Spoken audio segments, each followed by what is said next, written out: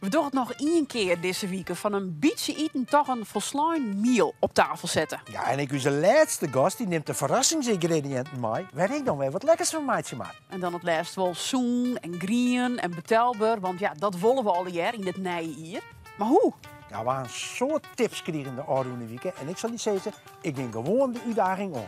Want ik als laatste gast, Koos, neemt voor jouw persoon iets mee dat dan maximaal 10 euro kost je mee. Ja, dat is net een soort. Maar ik heb voornemen om ik deze laatste keer het helemaal voor me te krijgen. Ik heb alle vertrouwen in die ride. Ja, oké. Welkom bij Vooruitje Marijtje.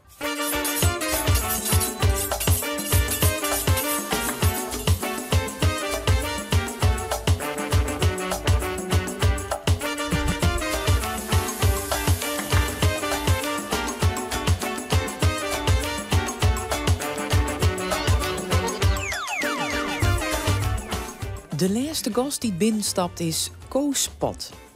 Koos heeft een goede baan als hypotheekadviseur, maar ze was net echt blied van dat geëmel hoe hield. Eiflinier is ze haar eigen sociale winkel begon, Moes, in Leeuwarden. Het roemvoort waren maar meer dan 200 inskroons in de eerste weken. Koos keep het goed in dat vaak net meer goed genoeg is voor de supermerken. Ik als een komkommer die te krom is. Deelnemers binnen liekegoed studenten als ik meesken op leeftijd. Het is waaruit een grote verrassing hokker producten de gasten meenemen. Hij had nog wel een basisset van ingrediënten die te broeken mooi. Die als kroen, kniflok, riemmen, nuutjes. Welkom Dankjewel. in deze mooie keuken. Ja, dankjewel. Leuk dat je er bent. Ja, dat vind ik ook. Ik ben natuurlijk heel nieuwsgierig wat hier al jongen net in zit, Koos. En dan pak ik het uit. Oh, een mand vol. Oh, dat is een hele mooie prei. Een hele mooie. Appeltje, puntpaprika, siepel, Zo. knolselderij. Die kan je helemaal skielen. Aubergine, jeetje wat een soort. Hé, dat is een... een Dat is ook een ui. ja, Ja. ja, maar een beetje een biet. Oh, een reerbiet. Een pompoen. Nou, Volle bak. Zeker, ja. dat is een leuke. Ja, Ik heb wel poppenkast met speel je haast. Even zien. Dan Nog nog een een biet? biet. Ja. Nog een biet. Ja. Bietse siepeltjes. Ah, spaghetti. Wat is dit? een stukje snoekbaars. Oké. Dat hebben we gekregen. Oh. Dat, Dat is hier een fanatieke visser. denk het, ja. Nou, wat leuk. Ja, dat is hartstikke lief. En een pepertje. Altijd lekker. Een peperke. Nou, een heel soort. Een heel Zeker. soort. Ja. Een heel soort. Wie het regen om dit voor 10 euro bij mijn korte Guardian of... Nee, in zijn geheel niet. Dit is wat wij ook allemaal verkopen in Moes, in onze sociale foodzaak. Ja. En dit zijn bijvoorbeeld de bieten die wat uit de kluiten gewassen zijn, maar natuurlijk gewoon lekker smaken zoals een rode biet hoort te smaken. Ja. En daardoor zijn ze vaak goedkoper. Ja. Dit totaal, even los van de vis, kun je bij ons in de winkel kopen voor €7,30 €. Oké. En dan kan je dus veel meer dan voor 4 mensen 1 keer mee eten. Ja, want dit is meer dan genoeg. Ja. En nou doe ik werkelijk een poging om alles te gebruiken. Ja.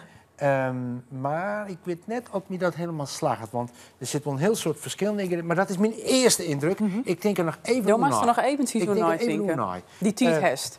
Die hinden we nog net gewoon Het van de wit weekend. pasta. En dan, ja, die sowieso. Deze combineren we. En dan, dat stiert.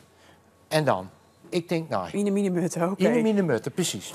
Koos, dus zoals het al, dit komt al jaar bij jou uit de winkel. Ja. Dus daarmee ben je hem 30% goedkoper. Ja, En hoe kan dat? Nou, dat kan omdat we dus ook bijvoorbeeld deze rare paprika's verkopen. Zo groeien paprika's, net als kromme komkommers. Die groeien ook soms krom. Smaken natuurlijk hetzelfde, maar heel vaak zie je die niet in de gewone supermarkten. En dat betekent dat het reststromen zijn of buitenbeentjes. En daarmee zijn ze goedkoper. Ja. En anders worden ze doorgedraaid of blijven ze op het land liggen. En nu kunnen wij ze voor een kleine prijs aankopen. En kunnen mensen die bij ons willen winkelen, kunnen heerlijk van de bieten genieten. Ja. En vaak heb je ook maar gewoon 1 nodig dan. Hè? Dan Ja, de hebben we genoeg, hoor. Ja, en sommige, je ziet ook deze uien zijn allemaal van dezelfde leverancier. Maar ja, sommige zijn wat groter en wat kleiner. En dat maakt natuurlijk uiteindelijk helemaal niks uit. Nee. En bijvoorbeeld de aubergine hebben we wel bij een groentegroothandel halen we die. Maar dan houden ze rekening mee dat ze wat kleiner zijn, of soms ook wat groter. En dan zijn als het niet om de basismaten gaat, dan is groente en fruit gewoon wat goedkoper. Jeetje. En daar zijn wij heel erg scherp op om dat goed in te kopen. Zodat we inderdaad gewoon 30 en soms ook wel 40 tot 50% goedkoper kunnen zijn op onze verse groente en fruit. En wanneer kun je bij Jim winkelen? Nou, wij zeggen altijd, het is speciaal bedoeld voor iedereen die het nodig heeft. En de basis is ongeveer mensen die tot 140% van het sociaal minimum hebben. Nou, het sociaal minimum is een bijstandsuitkering. Dus als je daar 140% van hebt, maximaal, dan ben je bij ons van harte welkom. Controleer je hem dat? Nou, eigenlijk niet echt. We vragen wel aan mensen of ze bijvoorbeeld kunnen aantonen dat ze een uitkeringsspecificatie meenemen. Maar als iemand zegt van ik heb het nodig, dan vind ik dat al het criterium is. Oké. Dus wij sturen eigenlijk geen mensen weg. Oké. En een groot succes. Je bent nog maar krek Iepen. Waar heeft zo'n mooie naam om eten van te zien? Ik heb Mariska meegenomen. Mariska komt uit Burgum. En is derdejaars student social work. Loopt stage bij ons, bij Moes. En Mariska komt van oorsprong uit een gezin die waarschijnlijk anders ook bij Moes zouden kopen. Mariska heeft ook wel verteld dat ze vroeger bij de voedselbank pakketten hebben gehad. En Mariska is iemand die mij heel scherp houdt, ook bij de inkoop. Vertelde ook dat ze bijvoorbeeld met kerst nooit iets van vlees hadden. En ze is nu bezig voor ons om te kijken of we een actie kunnen doen, zodat we met kerst wel vlees kunnen bieden aan mensen die het nodig hebben. Dus ze is voor mij een inspiratiebron. Leuk. Nou, welkom. Ja, dankjewel. Ja. En wat zit wel mooi van Mariska Ruijtse? Bist er al een Ruud? Ja, snoepbeers. Nou, prachtig. Het is net zo grut, maar het hoeft niet grut te wezen, want het is gewoon heel lekker. Dat is ook wel iets. Spaghetti doen we daarbij. Dan maak ik een beetje prei en wattel erbij. Even maar die citroen en vis, dat dan natuurlijk ook wel wat ger. Ik wil er nog een sausje bij maken. Het luistert iets met mosterd, maar ik heb hier alle spul staan. Ja. Dat denk je dat komt uit mijn kostwijze. Dat is mijn hulpdesk. Ja, snap ik. Dus daar maak ik zo nog wat wij halen. Dus dat doe ik zeker. Dan wil ik deze als groenten doen. Ik moet even nadenken hoe ik dat er precies doe. Maar denk je een lekker groenteschotelformatie, want dat komt erbij. In combinatie. Die hebben ook nog een rauwkostjeformatie. Ja, en dat heb ik toch echt oer. Zo. Want zo'n pompoen, prima. Kan ik wel wat verwerken, maar dan krijg ik een overkill. Dan wil ik alles misschien maatje. Goed ik net, want het is prima houdbaar. Die kennen wel een week, wat dan wel 14 dagen. Dat is maar die Bitexa. Ja. En dit is eigenlijk heel rom al. Mooi. Dus, lekker. En een paar siepeltjes zo, ik hoor net alle siepels te broeken, maar dat wie je meer als genoeg. Ja. Deze was toch wel een koos? Ja. Als je met een skielenkerst. Ja. Miranda, was toch die van mij skielen? Toch ik? En de prei was die van? Ja. Ik maak even een afvalbakje. Best. Kunnen wij... Hier kerst de prei in van. En was het in zulke stikken snijden? Ja, en een door wie? Een skieler, hè? Ja. Ja. Nou, dan ging ik hier maar verder. Ja. Ik dacht, wanneer ben je nou eigenlijk een sociale winkel? Wat... Ja, weet je, dat is ook maar gewoon... Dat hebben we gewoon bedacht. Wij vinden het belangrijk dat dat de prijzen sociaal zijn, maar ook gewoon dat we hebben ook een beetje het effect van een buurtwinkel. We hebben veel tijd voor de mensen, we kletsen veel met elkaar. We horen heel veel verhalen. Mensen vinden het leuk om gewoon even een praatje te maken. Dus dat is ook het sociale. Dat is het sociale. Ja, en de prijzen zijn natuurlijk sociaal. En daarnaast hebben we mensen bij ons aan het werk die vanuit een werk-leertraject komen, of mensen vanuit dagbesteding, of mensen die een taalstage doen, dus inburgeraars. Nou, dat is ook een sociaal geheel, eigenlijk een heel inclusief geheel, want iedereen is bij ons welkom om te komen werken. En iedereen is bij ons welkom om te komen shoppen. En waarom is dit begonnen? Wat wie de motivatie? Ik heb hiervoor weekendscholen en zomerscholen opgezet in Friesland. in Leeuwarden en in Sneek en in Franeker. En vorig jaar bij een zomerschool kwam een meisje met in haar fruitbakje een bevroren frikandel. En Bevroren ook. bevroren frikandel. En toen zei ik, och lieve schat, maar hij is nog bevroren. Ja, maar mama zegt dat hij wel om 10:00 wel ontdooid is. Was dus niet gebakken of niks. En toen zei ze van ja, maar we eten de hele week al frikandellen. Want dat was bij de supermarkt in de aanbieding. Ah, ja. En toen dacht ik, ja, weet je, we kunnen natuurlijk het mooiste onderwijs aan kinderen aanbieden. En zomerschool is aanvullend onderwijs. Maar ja, als de basis gewoon niet goed is, als er geen geld is om gezond te kunnen eten. Nou, ja, dat liep me niet los. En Nee. toen zag ik daarna op Eén Vandaag, geloof ik, iets over een sociale supermarkt in Helmond. En toen dacht ik, nou, dat is het. Dat gaan we doen. En daar ben ik een jaar mee bezig geweest. En nou ja, sinds 18 oktober is de winkel open. Ja, en dat is... ja, ik zei het erin stwarm, maar eigenlijk binnen nog volle meer mensen niet in berikken willen, hè? Ja, want in Leeuwarden... Kijk, ik ben in Leeuwarden begonnen omdat ik in Leeuwarden woon. En daar heb ik ook het meeste netwerk. En daar zijn ongeveer 11.000 gezinnen of huishoudens. 1000. Ja, dat is veel. Dat is, nou ja, we hebben in de stad Leeuwarden ongeveer 100.000 mensen. Dus 11.000 huishoudens die het financieel heel zwaar hebben. Dat zijn mensen die wij in principe allemaal zouden kunnen bedienen. Dus, en dat kan ook. We hebben niet een hele grote winkel. Maar we kunnen onze logistiek wel zodanig opschalen dat iedereen bij ons terecht kan. Dat je dan zo volle boodschappen hebt voor al die mensen? Ja, dan, weet je, leveranciers die rijden 's nachts. Dus die gooit bij ons... Maar je hebt genoeg aanbod, bedoel ik dus? Ja, er is genoeg Oké. aanbod. En de voedselverspilling en dat tegengaan wordt natuurlijk steeds belangrijker. En nou, daar zijn ook steeds meer Friese boeren en zo mee bezig. Dus ik denk dat het aanbod alleen maar gaat groeien. Ah, mooi. Ja, Ja. tenminste in die zin. En dat het is natuurlijk heel goed. verdrietig dat een sociale supermarkt Ja, nodig is. ja. Maar we zien wel wat voor impact het heeft voor de mensen die het nodig hebben. En dat ze nou, in plaats van een tientje bij ons €7 kwijt zijn. En dat is voor heel veel mensen helemaal niet zo. Nee. Heel veel mensen zullen denken van nou, waar gaat het over, €3? Maar Maar, dat als dat nou net het bedrag is wat je in de week overhoudt om dan nog wat anders te gaan Ja. doen. Nou ja, dat is wel heel Zeker. belangrijk, ja. Hoeveel ben je, Royce? Nou, Wij vergrieën ik net, hè? je bent er ook dwaande, ik net minder.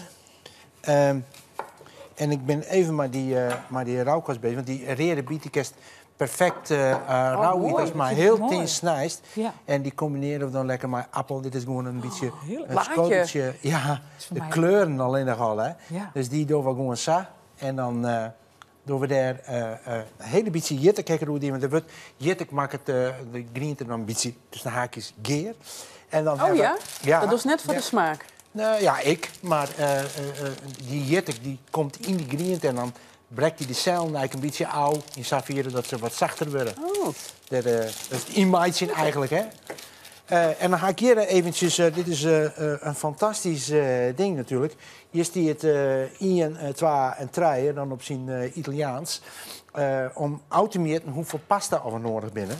Heel En, handig. ja, en dat is toch het heel... Ik weet net hoe het je vergiert, maar het is meestal zo. Dan doen mensen de pasta of de rijst of wat, maar dan doen ze dan in de pannen.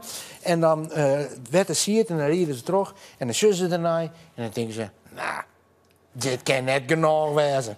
En wat doen ze dan? Dan pakken ze weer bij en dan gooien ze er meer bij. Ja. En dan heb je uiteindelijk hoor je dan weer oer. Ja, Ja, Dus als je het een herkenbaar. beetje zuinig wil worden, dan moet je eigenlijk meten. En nou is 74 gram is eigenlijk wel een heel soort. Hè? Dat verdubbelt eigenlijk gewoon wel.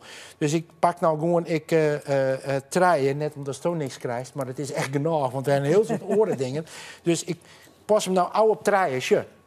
Hij past precies. Zo. En deze is genoeg voor uw fjouwen. Eigenlijk, het is even een gerechtje. Goeie tip. Wat maak je? Dat. En nou, dan hebben we die snoekbeers natuurlijk. Dat is het is echt heel mooi. Die moeten we dan even in fjouwen verdelen. Dan doen ze hem eerst al door de midden. En dan doen ze die door de midden. En dan doen ze die door de midden. En dan zit het altijd goed. Ja. Ah, En dan ja. doe ik hier gewoon zout en pieper op. Dan krijg je een hele beetje bloem op doen. Dan krijg je een beetje mooi Krokante, korstje. ja. En dan bakken we die heel kwart even in de olie. En dus er ik citroen op? Als laatste. Als laatste, oké. Nee. Ik Ja. maak hierbij, ik heb nog nooit gedacht, een liets mosterdsausje. En het ook een hele beetje delen, want dat heb ik nog lezen. En een beetje rem heb ik lezen. Dus dat maak ik erbij. Dit wordt de rauwkastvariant. Er komt nog een mooi dressing in. En deze ging ik verwerken als griend in het haatgerecht. En is snoekbaars een dure vissoort? Nou, als het hem zo vangst uit het water waar net, Nee. dan is het een goedkope skrel, dus van de tuin. Hè? Ja. Dus, maar dan mag je net alle snoep is, maar meenemen. Nee, oké. Dus dan, als het een te grutten hier is, dan mag je die net meenemen. Dus zetten ze ik weer om. Maar je zou het Dus, ook met elke ik weet andere net wat vis hier maar kunnen doen. gebeurd is, maar dit is een tractatie. Gekregen. Dit heb je gekregen, Dat is oké. heel fijn, ja. Ja, Kunnen wij om tafel feest eruit? ja ik maak het voor de rest ook. Komt helemaal goed. Oké. Oké.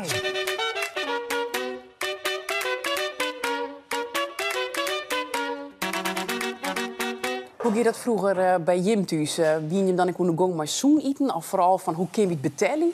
Ja, het is voornamelijk het tweede inderdaad. Wel echt hoe kun je het betalen. Dus ik ben ook eigenlijk door mijn mem een beetje getraind om zo volle mogelijk producten voor een goede prijs te halen. Dus ik vaak naar verschillende supermarkten en zo. Werkt in de aanbieding Ja, hier? precies. Vol dat je lezen en zo een beetje recepten uitzieken van nou, wij kunnen het in verbroeken, misschien kunnen we het daar dan ook weer verbroeken. Dus daar ga je heel veel tijd in zitten. En ik moet steeds mijn mem had dat altijd hartstikke goed voor elkaar krijgen. Maar ja, het kost een grote tijd en je had ook heel veel stress. En dat kost natuurlijk wel merken. Ja. Als je als het wat ouder was, krijg je dat wat meer trom. Als ben zijn, dan had dat net... tenminste, ik hier het net echt vol trom, want we hier altijd warm eten. Dus ik maak nog van geluk spreken dat het bij mij dan wel iets beter weer natuurlijk. Want ik ken ook wel verhalen waar dat net zo weer. En nou in zo'n stage bij Koos in de winkel. En ze zei het van enorme inspiratie. En ze houdt me ik scherp. Want een van die taken is van, goh, hoe krijg je al die mensen nou in die winkel? Ja, klopt. Want ik denk dan dat schaamte misschien mooi speelt. Of het net witte. Of... Ja, het is eigenlijk een beetje een combi van. De doelgroep is eigenlijk heel divers. Wat het echt lastig maakt om iedereen op dezelfde manier met mij te krijgen. Ja. Dat krijg je net voor elkaar. Nee. Dus je moet heel creatief bezig zijn om iedereen een beetje mij te krijgen. En wat binnen de meesten eigenlijk mij speelt, is dat er heel veel stigma's binnen om mensen die in armoede leven. En voornamelijk bijvoorbeeld de mensen die een bijstandsuitkering ontvangen. Daar juist heel vaak van, ja, dat ben een beetje de meesten die eigenlijk het deel een beetje voltroegelen. Een beetje de fraudeurs, dat stigma zit wel bij bijstandsuitkeringen. En dat houdt hen toch wel een beetje zien. En er ben ik heel veel mensen die hebben soms wel nare ervaringen met een voedselbank gewoon. Dus ze joggen dit dan misschien in eerste instantie ook als een soort voedselbank. Ja. Wat natuurlijk net klopt. Want wat is het grootste verschil? Het grootste verschil is dat de mensen bij moes in ieder geval hun eigen boodschappen kunnen halen. Ja. En voedselbank krijgt onleverd, zeg maar, wat ze van de supermarkt of wat er naar krijgen. En wie Ik op binnen wel voedselbanken die nou wel meer naar dat model taggen natuurlijk. Zeker. Ja, er komt wel een verhoring in inderdaad. Alleen het oude model, zat ik dat aan koer, is wel echt wat ze onleverd krijgen. En dat zijn vaak producten die ongezond binnen of producten die diepvries binnen. Dus net meer het gezondste op de deur natuurlijk. En wat bij Moes Oors is dat we heel erg gericht zijn op het gezonde voedsel. Dus mensen krijgen nou echt een keuze om daar naar dat te werken. Oké, want krijg je een soort vragen hoe mensen niet bij die komen te winkelen in oor zoen? Of hoe kink je toch iets? Of... Nee, weet je, als je bij ons in de winkel komt, dan is het eerste deel, we hebben het eigenlijk uit 2 delen bestaat. Het eerste deel is allemaal groente en fruit, verse groente en fruit. Dus we hebben grote ramen, dat zie je ook direct.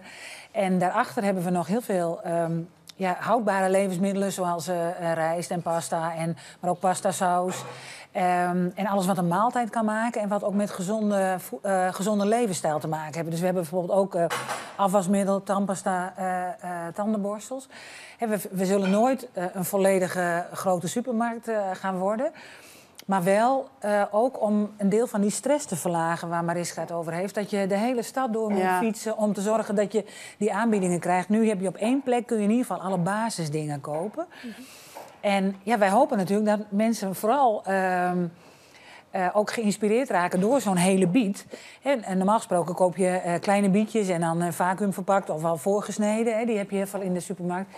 Maar dat we, hoe moet dat dan en zo? Nou, zet het mes erin en zo moet het. En keer de slag. Ja, het is eigenlijk helemaal niet zo ingewikkeld. Nee, klopt dat, Ruijs? Is het net zo ingewikkeld of heeft het ook behoorlijk stress nou? Dat klopt. Het is net ingewikkeld, maar je moet er wel de fantasie hebben om er nog wat van te maken. Ja. En dat ontbreekt er vaak om. Maar het kan heel simpel, hè. Met dus, een rasp. als zo'n hele grote bieten kan je voor jou een keer verlieten. Ja. Dus en dat is het verschil. Ja. En iedereen is maar wend aan een lietsbietje. Maar die is misschien nog wel lekkerder. Ik heb de bouillon even gepakt voor mijn griënten. Die hebben zo denken van, ja, wat zit dat er bruin uit, maar dat is die bouillon. En dat doe gewoon die wortel en die knolselderij, die doe gewoon zo bij elkaar in. En dat zie ik even een beetje beter. Dan komt die prijs straks terug in. Dan hebben we nog te gaan onze aubergine. Qua griënten. Nou, die giet ik in de bouillon. Dat is handig, hè, zo'n bouillonsje. Dan krijg je van alles mee. En dan mag ik even zien, hoe zou ik dat eventjes doen? Want deze moet ik graag ik even in. Oké. Dan snij ik deze in mooie schijfjes. En dan bakken we die even heel kwad aan. Dan zit die, en ik ben, we zien het waar 3 of 4 jaar in grutteren. Die. Zo. En ik heb hier eigenlijk al gewoon wat ik oorhoud. Dat kan best eventjes in de koelkast. Daar kan je dan heel soort dingen mee doen. Nou, het water kookt. Daar giet mijn omelet spaghetti in. Even de tijd in de gaten houden. Dat het een beetje, nou, zeg maar, een beetje al dente hier dat, hè. Dat het nog een beetje het. Goed. Ga ik alles horen? Nee. Ik ga hier nog een rede paprika. Doe ik precies hetzelfde. Snij ik in hele grove stukken. En dat is gewoon onze griënten. Dus we hebben weer een wereld aan griënten. De combinatie is dus mooi van 60% griënten en 40% vis of vlees. Of 80-20. En dan zit ik aan een goede griëntenkant en ik vaak aan de zoene kant van het eten. Nou, klaar. Even de saus zo. Een paar druppeltjes met boter erin. Knoflookje er even in. Ondertussen is de boter ik giet voor de vis. Ik doe het helemaal naturel, hè. Dat is gewoon het lekkerste. Om en om. Vis is samen klaar. En denk erom. Het spreekwoord geldt nog steeds voor viskik. Een logé en een vis blijven 3 dagen fris. Daarna mag je opwijzen. Een beetje rijmen erop. Heel simpel. Lekkere lik mosterd erin. Even een gatje pakken. En rieren.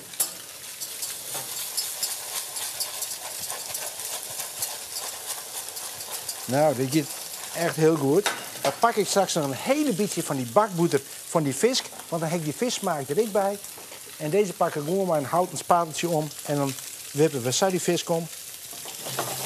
Eventjes bakken. En daar moet daar nog een beetje pieper en zout op. Ja. Simpel bekend, nee.